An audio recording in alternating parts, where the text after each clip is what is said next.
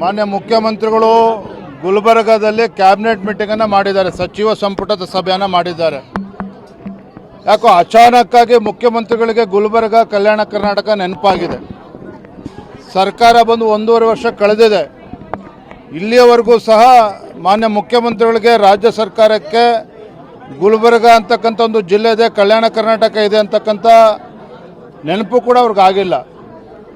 ನಿನ್ನೇನು ಘೋಷಣೆಗಳನ್ನು ಮಾಡಿದ್ದಾರೆ.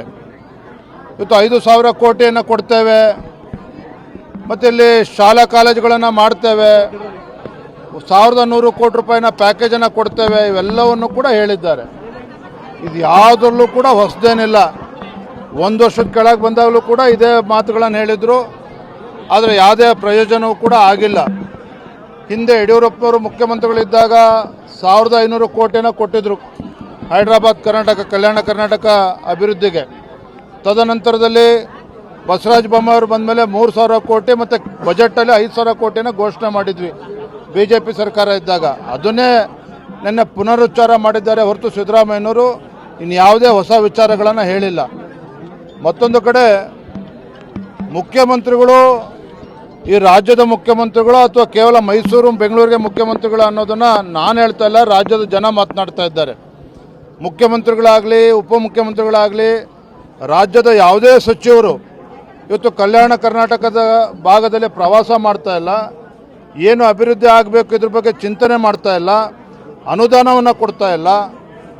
ಕೇವಲ ಚುನಾವಣೆಗೆ ಬಂದಾಗ ಭಾಷಣ ಮಾಡ್ತಕ್ಕಂಥದ್ದು ಇಷ್ಟಕ್ಕೆ ಸೀಮಿತ ಆಗಿದೆ ಹೊರತು ನಿನ್ನೆ ಆಗಿರ್ತಕ್ಕಂಥ ಸಚಿವ ಸಂಪುಟದ ಸಭೆ ಇದರಿಂದ ಯಾವುದೇ ಒಂದು ಈ ಭಾಗದ ಅಭಿವೃದ್ಧಿ ಆಗೋದಕ್ಕೆ ಸಾಧ್ಯ ಇಲ್ಲ.